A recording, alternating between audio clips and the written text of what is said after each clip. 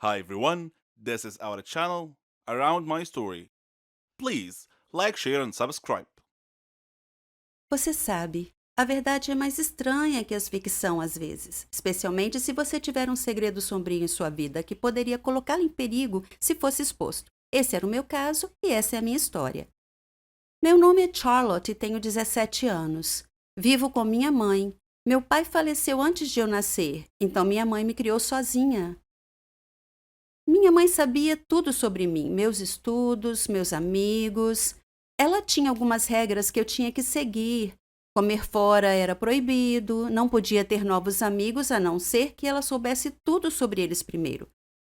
Eu pensava que essas regras eram uma paranoia e eu perguntei a ela por que tantas restrições às minhas amizades. Ela respondia simplesmente: Você não pode confiar nas pessoas hoje em dia. Mas aquela não era uma resposta satisfatória. E quando eu perguntava o que aquilo significava, ela não dizia mais nada.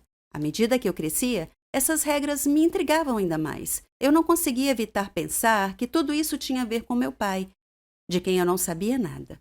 Minha mãe sempre dizia que ele era problemático e que eu saberia de tudo com o tempo. Nas férias, eu me juntei a uma banda. Nós fazíamos muitos shows.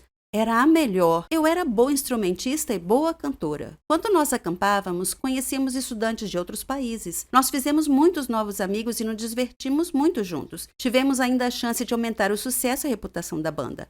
Depois da nossa primeira performance no acampamento, uma garota asiática se aproximou e me abraçou, dizendo: Charlotte, eu sinto tanta saudade de você. Pega de surpresa, eu perguntei: Eu te conheço?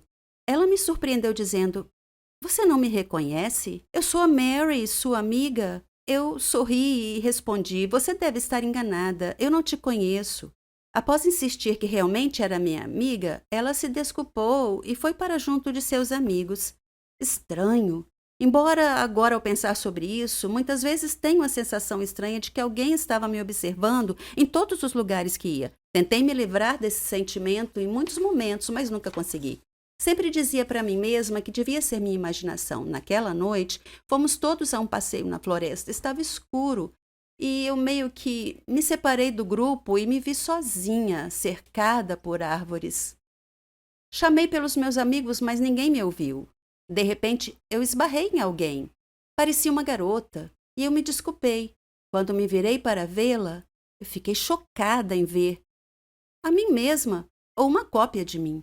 Eu parecia estar olhando para mim mesma em um espelho. Quem é você? Eu perguntei. Eu sou Charlotte, ela respondeu. Isso é impossível. Eu sou Charlotte, eu afirmei com toda certeza. Você está com a gente aqui no acampamento? Sim, ela respondeu. Eu perguntei a ela o caminho de volta, ela apontou em uma direção e nós retornamos. Enquanto andávamos, o telefone dela tocou. Era o pai dela. Ele estava preocupado com ela e queria ter certeza de que tudo estava bem. Chegamos às nossas barracas sem nenhum incidente e eu disse: Foi muito bom te conhecer, Charlotte. Nos vemos amanhã? Senti uma forte conexão com aquela garota sem motivo algum. Então percebi que tinha esquecido minha bolsa e voltei para pegá-la. Novamente senti que estava sendo observada. De repente, algo atingiu a minha cabeça. Quando eu acordei, estava sentada em um carro cercado de pessoas usando óculos de sol. E eu estava apavorada. Quem são essas pessoas? Eu exigia saber. E o que vocês querem de mim? Um homem disse que meu pai era a razão de eu ter sido sequestrada. Quando eu disse que meu pai tinha morrido há muito tempo, ele riu. Então ele espirrou alguma coisa no meu rosto e eu perdi a consciência. Quando mais tarde eu acordei, a outra Charlotte estava amarrada ao meu lado. Um homem parecia confuso ao dizer duas de mim, e ele perguntou ao seu chefe qual das duas era a garota que procuravam. De repente ouvi alguém gritar: Parem! Não se mexam! A polícia apareceu dentre as árvores, cercou o carro e prendeu os homens. Depois desamarraram as duas Charlotte. Alguém surgiu parecendo muito preocupado. A outra Charlotte começou a acordar e perguntou onde estava e o que estava acontecendo. Então ela viu seu pai correndo até ela. O pai dela me olhou e perguntou meu nome e o nome da minha mãe. Quando eu respondi, ele disse que sabia quem eu era e que eu levasse um abraço para ela e que dissesse que ele continuava a guardar seu segredo. Então ele me deu uma medalha e me abraçou, dizendo que não sabia se me veria de novo. Eu ainda estava olhando para ele confusa e ele sorriu e me perguntou onde meu pai estava. E eu disse que ele tinha morrido. Ele disse que aquele era um acordo entre ele e minha mãe, e que eles estavam apenas tentando proteger a minha outra Charlotte, que era minha irmã gêmea. Ele disse que teve problemas em seu trabalho, algumas pessoas ameaçaram nos matar, então ele e minha mãe decidiram nos separar. Ela ficou com você e eu fiquei com sua irmã gêmea, ele disse. Nós fizemos isso para mantê-las a salvo, e eu chamei sua irmã Charlotte exatamente como você. Me senti ainda um pouco esgotada naquele momento. Era absurdo. Eu não conseguia acreditar. De repente, eu ouvi alguém me chamar. Charlotte, acorda! Está na hora da viagem. Você deve ter tido um pesadelo, porque você estava gritando. Eu acordei na barraca com uma amiga. Nós saímos da barraca. Eu parei. Bem na minha frente, olhando fixamente nos meus olhos, estava a outra garota, que era a minha imagem no espelho. Madrasta. Título intrigante, não é? Confesso, não esperava ser mãe tão jovem, mas muitas vezes as circunstâncias determinam o caminho que devemos seguir. A minha mãe foi a razão pela qual fiz esta escolha, mas, por favor, espera até ao fim. Espera até ouvir a minha história.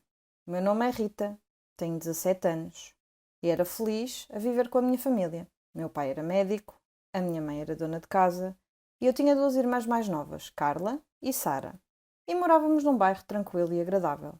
A nossa casa sempre foi repleta de alegria e risos. Meu pai era um ótimo pai e a minha mãe era uma mãe fantástica. Tínhamos uma vida estável, até que a minha mãe adoeceu de repente. Ela começou a ter dores de cabeça frequentes. Meu pai levou a um neurologista e ele disse que a situação era grave, que ela precisava de uma cirurgia urgente. Nossa vida foi subitamente virada de cabeça para baixo. Ficamos tristes e deprimidos. Nenhum de nós falou muito. Meu pai sempre tentava consolar a minha mãe, mas sempre que estava sozinho, chorava tal como nós. A nossa vida tornou-se sombria. O médico marcou uma data para a cirurgia, e quanto mais se aproximava a data, mais ansiosos ficávamos. Quando o dia finalmente chegou, arrumamos algumas coisas da mãe para levar para o hospital. Parecia ser a última vez que nos veríamos. Tive um mau pressentimento sobre isso. Quando chegamos ao hospital, a minha mãe chamou-me e disse-me: Rita, tens de cuidar do teu pai e das tuas irmãs. De repente entrei em pânico. Mãe, para de falar assim. Disse: vais melhorar e vais voltar para casa. Ela colocou a mão na minha boca e disse: claro que vou, mas precisas de cuidar deles enquanto eu estiver fora. Vais fazer isso por mim? Eu estava a chorar, mas tentei acalmar-me e assenti. Então o médico chamou-a. Ela abraçou todos e depois foi para a sala de operações para a cirurgia. Esperamos do lado de fora da sala, preocupados. Depois de algum tempo, o médico saiu e chamou o meu pai rapidamente. Eu sabia o que tinha acontecido pela expressão no rosto do médico. Meu pai voltou, depois de alguns minutos, e olhou para nós. Estávamos a chorar e ele abraçou-nos. Nossa vida caiu numa rotina miserável e entediante. Meu pai e as minhas irmãs estavam sempre tristes e eu esforcei-me ao máximo para tentar cuidar deles. Um dia, meu pai chamou-me e disse: sabes o quanto te amo, todas vocês, mas às vezes temos que tomar decisões difíceis. Eu não gostei do tom daquilo. Ele disse: vou ter de me casar novamente. Dei 2 passos atrás e disse: casar de novo? Mas porquê? E ele disse-me: precisamos de alguém para cuidar de nós. Eu sei que ninguém pode tomar o lugar da tua mãe, mas não esperei que ele acabasse e disse: pai, nunca vou ocupar o lugar da mãe. E ninguém pode, mas farei o meu melhor. Farei tudo o que ela fazia. Estou madura e responsável o suficiente. Eu posso lidar com isso. Além disso, prometi à mãe que faria isso. Ele olhou-me atentamente e imediatamente desistiu da ideia de se casar novamente. No início foi muito difícil aprender a fazer toda a limpeza e cozinhar, mas fui-me habituando, passo a passo. Pesquisei na internet dicas para tornar o meu trabalho mais fácil e eficiente. Pedi às minhas irmãs para não nos arrumarem a casa e elas cumpriram. Comprava-lhes presentes de vez em quando. A minha culinária melhorou depois de muitas tentativas falhadas. Sempre que ficava cansada e queria desistir, só me lembrava do rosto da minha mãe e isso dava-me forças para continuar. 10 anos depois, ainda sou a mãe da casa. O meu pai ainda não se casou. As minhas irmãs cresceram e estão bem na escola. O nosso apartamento está sempre limpo e estamos felizes novamente. A estrada foi longa, mas fiz o que tinha de fazer e filo bem. O meu nome é Jenny, mas podem chamar-me de rapariga má se quiserem. É assim que as crianças da vizinhança me chamam. Tenho uma longa história para lhe contar. Eu era a mais velha de 5 irmãos. A minha mãe morreu de doença e o meu pai ficou paralisado no acidente de viação. Ele não conseguia andar e precisava usar uma cadeira de rodas. Ver os meus irmãos a sofrer de fome e pobreza era uma visão constante em casa. O meu pai estava deprimido. Os nossos vizinhos ajudaram-nos muito, mas eu estava constantemente preocupada com o que aconteceria se eles parassem. Então decidi tentar encontrar um emprego. Eu sabia que não seria fácil porque tinha apenas 15 anos. Quem iria querer contratar uma jovem de 15 anos? Embora estivesse apreensiva e sem confiança, decidi encontrar um emprego. Fui a muitos sítios, lojas de roupa, floristas, mercearias. A resposta foi a mesma. Não estamos, de momento, a contratar.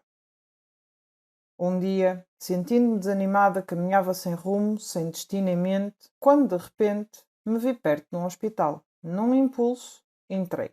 Vi uma enfermeira, mas ela parecia triste demais para falar. Então olhei em volta e encontrei outra enfermeira que parecia um pouco mais gentil.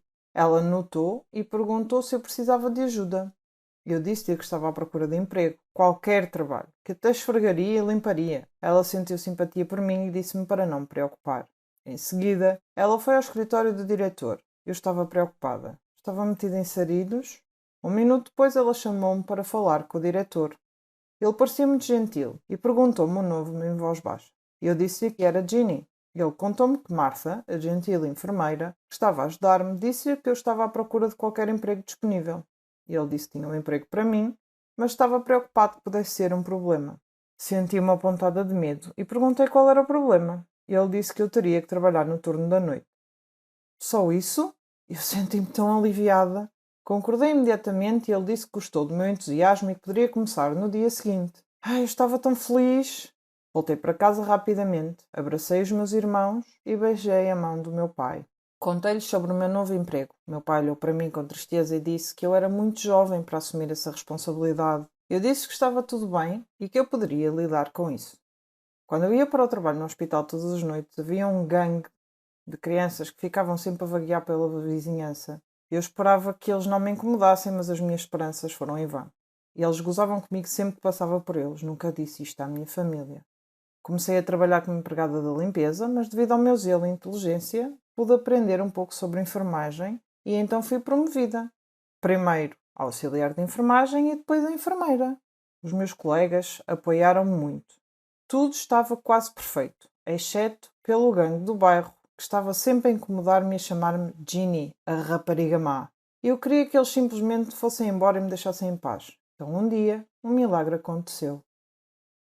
Enquanto eu trabalhava no hospital, os valentões da vizinhança entraram com o seu líder em braços. Ele estava gravemente ferido, todo o seu corpo estava coberto de sangue. Eles gritavam por alguém que o ajudasse. Quando me viram, imploraram que eu o salvasse. Trabalhei rapidamente com a equipa. O seu estado era grave. Ele tinha sofrido um terrível acidente de moto. A equipa e eu trabalhamos afincadamente para estabilizar a sua condição e tratá-lo. Depois de estabilizá-lo, fiquei exausta.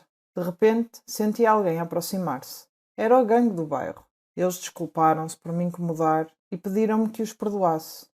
Eles disseram que não sabiam que eu trabalhava no hospital. Sorri e disse